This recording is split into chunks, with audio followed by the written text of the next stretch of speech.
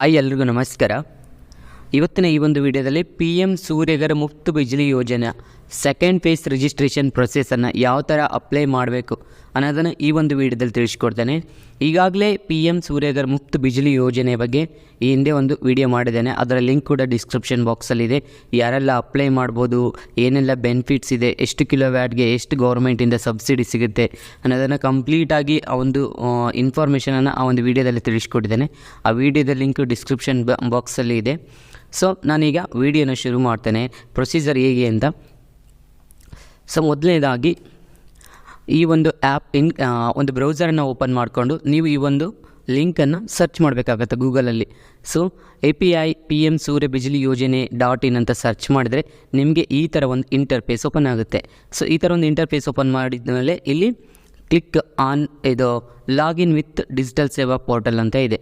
So login with digital ಸೇವಾ ಪೋರ್ಟಲನ್ನು click ಮಾಡ್ಕೋಬೇಕು. ನಿಮ್ಮ ಒಂದು CSC ID, ನಿಮಗೇನು 12 ಡಿಜಿಟ್ CSC ID ಇದೆ, ಆ ಒಂದು ID ಪಾಸ್ವರ್ಡ್ ಮತ್ತು ಕ್ಯಾಪ್ಚರ್ ಟೆಕ್ಸ್ಟ್ ಹಾಕಿ ಸೈನ್ ಇನ್ ಮೇಲೆ ಕ್ಲಿಕ್ ಮಾಡ್ಕೋಬೇಕು. ಸೈನ್ ಇನ್ ಆದ ನಂತರ ನಿಮಗೆ ನಿಮ್ಮ ಒಂದು ಡ್ಯಾಶ್ ಬೋರ್ಡ್ ಓಪನ್ ಆಗುತ್ತೆ. After successfully login VLE can download there validated data from the dashboard indicated by the red mark. So ನೋಡಿ, ನೀವು ನಿಮ್ಮ ಒಂದು CSC ID ಪಾಸ್ವರ್ಡ್ ಹಾಕಿ ಲಾಗಿನ್ ಆದಮೇಲೆ ನಿಮ್ಮ ಒಂದು PM ಸೂರ್ಯಘರ್ ಮುಫ್ತ್ ಬಿಜ್ಲಿ ಯೋಜನೆ ಡ್ಯಾಶ್ ಬೋರ್ಡ್ ಓಪನ್ ಆಗುತ್ತೆ. ನೀವು ಈ ಹಿಂದೆ ಫಸ್ಟ್ ಫೇಸಲ್ಲಿ ರಿಜಿಸ್ಟ್ರೇಷನ್ ಮಾಡಿರ್ತಕ್ಕಂಥ ಡೇಟಾ ನಿಮಗೆ ಅವೈಲೇಬಲ್ ಆಗುತ್ತೆ. ಒಂದು ಟೋಟಲ್ ಸರ್ವೆ, ನೀವೇನು ಸರ್ವೆ ಮಾಡಿರ್ತೀರಿ ಈ ಹಿಂದೆ, ಆ ಸರ್ವೆ ನಿಮ್ಮ ಐಡಿಯಲ್ಲಿ ಸರ್ವೆ ಆಗಿರ್ತಕ್ಕಂಥ ಡೇಟಾ ಸಿಗುತ್ತೆ. ಸೊ ಆ ಡೇಟಾನ ನೀವು ಡೌನ್ಲೋಡ್ ಮಾಡ್ಬೋದು. ಇಲ್ಲಿ 3 ಇದೆ, ಒಂದು ವ್ಯಾಲಿಡೇಟೆಡ್ ಇದೆ, ಟೋಟಲ್ ಇದೆ, ನಾಟ್ ವ್ಯಾಲಿಡೇಟೆಡ್ ಅಂತ ಇರುತ್ತೆ. ಸೊ ನೋಡಿ, ವ್ಯಾಲಿಡೇಟೆಡ್ ಡೇಟಾ ಇರುತ್ತೆ, ಇದ್ರ ಮೇಲೆ ಕ್ಲಿಕ್ ಮಾಡಿಕೊಂಡ್ರೆ ನಿಮಗೆ ಇಲ್ಲಿ ಒಂದು ಡೌನ್ಲೋಡ್ ಎಕ್ಸೆಲ್ ಜನರೇಟ್ ಆಗುತ್ತೆ. ಸೊ ನೋಡಿ, ನಾನು ವ್ಯಾಲಿಡೇಟೆಡ್ ಡೇಟಾನ ಡೌನ್ಲೋಡ್ ಮಾಡ್ಕೊತಾ ಇದ್ದೀನಿ. ಸೊ ಡೌನ್ಲೋಡ್ ಮಾಡ್ಕೊಂಡಾದ್ಮೇಲೆ below is this format of the download of validated data from the reference, ಅಂದರೆ ನಾವು ಈ ಹಿಂದೆ ಏನು ಸರ್ವೆ ಮಾಡಿದ್ದೇವೆ ಆ ಸರ್ವೆದ ಒಂದು ಎಕ್ಸೆಲನ್ನು ಜನ್ರೇಟ್ ಮಾಡ್ಕೊಂಡಿದ್ದೇನೆ ವ್ಯಾಲಿಡೇಟೆಡ್ ಫಾರ್ಮ್. ಸೊ ನೋಡಿ, ನಾವು ಇಲ್ಲಿ ಶೋರ್ ತಗೊಂಡ ಎಕ್ಸೆಲಲ್ಲಿ ಏನಿದೆ ಅಂದರೆ, ನಾವು ಯಾವೊಂದು ಕಸ್ಟಮರ್ದು PM ಸೂರ್ಯಘರ್ಗೆ ಅಪ್ಲೈ ಮಾಡಿದ್ದೇವೆ ಅವರ mobile number, consumer number, survey number ಮತ್ತು ಡಿಸ್ಟಿಕ್, ಸ್ಟೇಟ್ ಎಲ್ಲ ಕೂಡ ಇದೆ. ಈ ಎಕ್ಸೆಲನ್ನು ಸೇವ್ ಮಾಡ್ಕೋಬೇಕು. ಸೊ ಇದರಲ್ಲಿ ಏನು ರಿಜಿಸ್ಟ್ರೇಷನ್ ಮಾಡುವಾಗ, ಏನು ಸರ್ವೆ ಮಾಡುವಾಗ ಯಾವ ನಂಬರನ್ನು ಅಪ್ಲೈ ಮಾಡಿರ್ತೀರ ಆ ನಂಬರ್ ಶೋ ಆಗುತ್ತೆ. ಅದೇ ನಂಬರನ್ನು ಹಾಕಿ ಈಗ ಸೆಕೆಂಡ್ ಫೇಸ್ಗೆ ಎಂಟ್ರಿ ಮಾಡೋದಿರುತ್ತೆ. ಓಕೆ, ನೆಕ್ಸ್ಟ್ ಏನು ಮಾಡಬೇಕಂದ್ರೆ, ನೆಕ್ಸ್ಟ್ ಮತ್ತೆ ಇನ್ನೊಂದು ಲಿಂಕ್ ಬೇರೆ ಪೇಜನ್ನು ಓಪನ್ ಮಾಡಿಕೊಂಡು ಈ ಒಂದು PM ಸೂರ್ಯಘರ್ .government.in ಅಂತೇಳಿ ಸರ್ಚ್ ಮಾಡಬೇಕಾಗುತ್ತೆ. ಸರ್ಚ್ ಮಾಡಿದ ಮೇಲೆ ನಿಮಗೆ ಈ ಥರ ಒಂದು ಇಂಟರ್ಫೇಸ್ ಓಪನ್ ಆಗುತ್ತೆ. ಇಲ್ಲಿ apply for roof top solar ಅಂತ ಇದೆಯಲ್ಲ, ಈ ಥರ ಒಂದು ಪೇಜ್ ಓಪನ್ ಆದಮೇಲೆ ನಿಮಗೆ ಇದ್ರ ಮೇಲೆ ಕ್ಲಿಕ್ ಮಾಡ್ಕೋಬೇಕು, apply for roof top solar ಮೇಲೆ.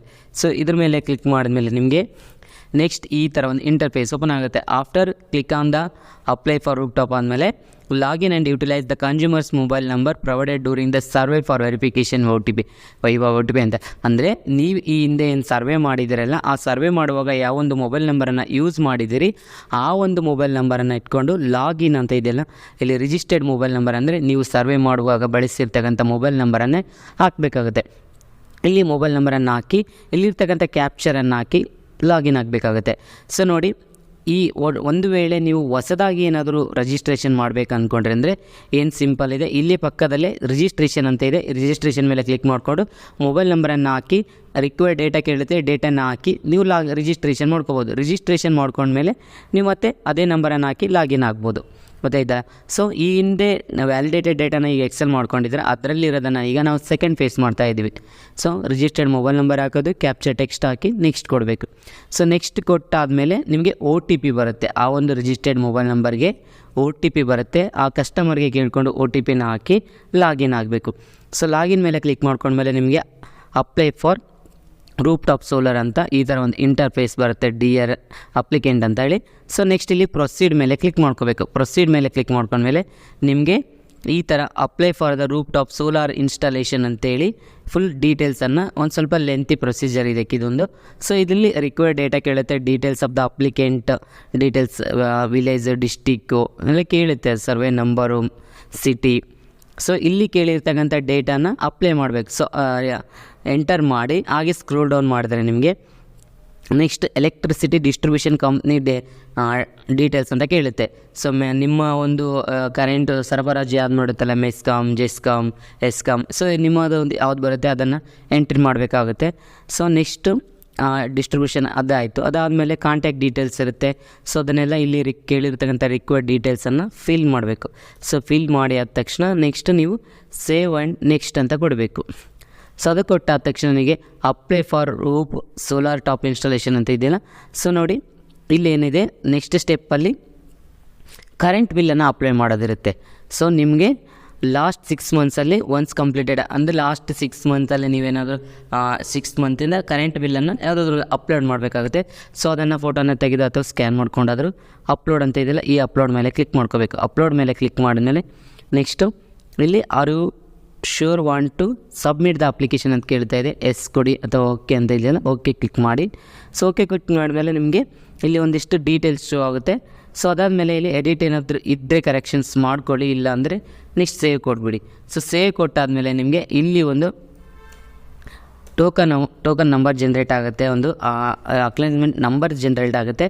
ಸೊ ಆ ಒಂದು ಅಕ್ನಾಲೇಜ್ಮೆಂಟ್ ನಂಬರನ್ನು ನೀವು ಮತ್ತೆ ನಾವೇನು ಸ್ಟಾರ್ಟಿಂಗ್ ಈ ಒಂದು ಪೇಜ್ ಓಪನ್ ಮಾಡಿದ್ವಲ್ಲ, ಅಪ್ಲೈ PM ಸೂರ್ಯಘರ್ ಮುಫ್ತ್ ಬಿಜ್ಲಿ ಯೋಜನೆ, ಇದಕ್ಕೆ ಲಾಗಿನ್ ಆಗಬೇಕಾಗುತ್ತೆ. ಸೊ ಲಾಗಿನ್ ಆಗಿ ಇಲ್ಲಿ ಡ್ಯಾಶ್ಬೋರ್ಡ್ ಇದೆಯಲ್ಲ, ನಾವು ಫಸ್ಟಿಗೆ ಈ ಒಂದು ಪೇಜಲ್ಲಿ ಇನ್ನು ಲಾಗಿನ್ ಆಗ್ತೀವಲ್ಲ, ಸೊ ಲಾಗಿನ್ ಆದಮೇಲೆ ವ್ಯಾಲಿಡೇಟ್ ಸರ್ವೆ ಅಂತ ಏನು ಕ್ಲಿಕ್ ಮಾಡಿದ್ವಲ್ಲ, ಅದ್ರ ಕೆಳಗಡೆ ಒಂದು ಅಕ್ನಾಲೇಜ್ಮೆಂಟ್ ಅಂತ ಇರುತ್ತೆ. ಸೊ ಈ ಡ್ಯಾಶ್ಬೋರ್ಡಲ್ಲಿ ಅಕ್ನಾಲೇಜ್ಮೆಂಟ್ ಮೇಲೆ ಸೆಲೆಕ್ಟ್ ಸ್ಟೇಟ್, ಡಿಸ್ಟಿಕ್ ಮತ್ತು ಡಿಸ್ಕಾಮ್ ಏನು ನಿಮಗೆ ಇದೆಯಲ್ಲ ಕರೆಂಟ್, ಅದನ್ನು ಸೆಲೆಕ್ಟ್ ಮಾಡ್ಕೋಬೇಕು. ಕನ್ಸ್ಯೂಮರ್ ನಂಬರನ್ನು ಸೆಲೆಕ್ಟ್ ಮಾಡ್ಕೊಂಡು ಅಕ್ನಾಲೇಜ್ಮೆಂಟ್ ಎಲ್ಲಿರುತ್ತೆ ಅಂದರೆ ನಮಗೆ ಸೊ ಲಾಸ್ಟ್ ಪ್ರೊಸೀಜರಲ್ಲಿ ನಾವೇನು ಎಲೆಕ್ಟ್ರಿಸಿಟಿ ಬಿಲ್ ಅಪ್ಲೈ ಮಾಡಿದ್ಮೇಲೆ ಇಲ್ಲಿ ಒಂದು ಜನ್ರೇಟ್ ಆಗುತ್ತೆ ನಿಮಗೆ ನೆಕ್ಸ್ಟ್ ಸೇವ್ ಕೊಟ್ಟಾಗ. ಸೊ ಇಲ್ಲಿ ಆ ಅಕ್ನಾಲೇಜ್ಮೆಂಟ್ ನಂಬರನ್ನು ನಾವು ಇಲ್ಲಿ ಹಾಕಿ ಸೇವ್ ಕೊಡಬೇಕು. ಸೇವ್ ಕೊಟ್ಟರೆ ಅಂದರೆ ನಿಮಗೆ ಈ ಒಂದು ಪ್ರೊಸೀಜರ್ ಕಂಪ್ಲೀಟ್ ಆಗುತ್ತೆ. ಸೊ ಈ ಒಂದು PM ಸೂರ್ಯಘರ್ ಮುಫ್ತ್ ಬಿಜ್ಲಿ ಯೋಜನೆಗೆ ನಾವು ಒಂದು ಸೆಕೆಂಡ್ ಫೇಸನ್ನು ಕಂಪ್ಲೀಟ್ ಮಾಡಿದಾಗ ಆಗುತ್ತೆ. ಈ ಒಂದು ವಿಡಿಯೋ ನಿಮಗೆ ಅರ್ಥ ಆಗಿದೆ ಅಂದ್ಕೋತೇನೆ. ಸೊ ಅರ್ಥ ಆಗಿಲ್ಲ ಅಂದರೆ ದಯವಿಟ್ಟು ಕಮೆಂಟ್ ಮಾಡಿ, ಮತ್ತೊಮ್ಮೆ ನಾನು ಪ್ರೊಸೀಜರನ್ನು ಹಾಕೋದಕ್ಕೆ ಟ್ರೈ ಮಾಡ್ತೇನೆ. ಸೊ ಈ ಒಂದು ವಿಡಿಯೋ ದಯವಿಟ್ಟು ಇಷ್ಟ ಆದರೆ ದಯವಿಟ್ಟು ಶೇರ್ ಮಾಡಿ. Okay, thank you.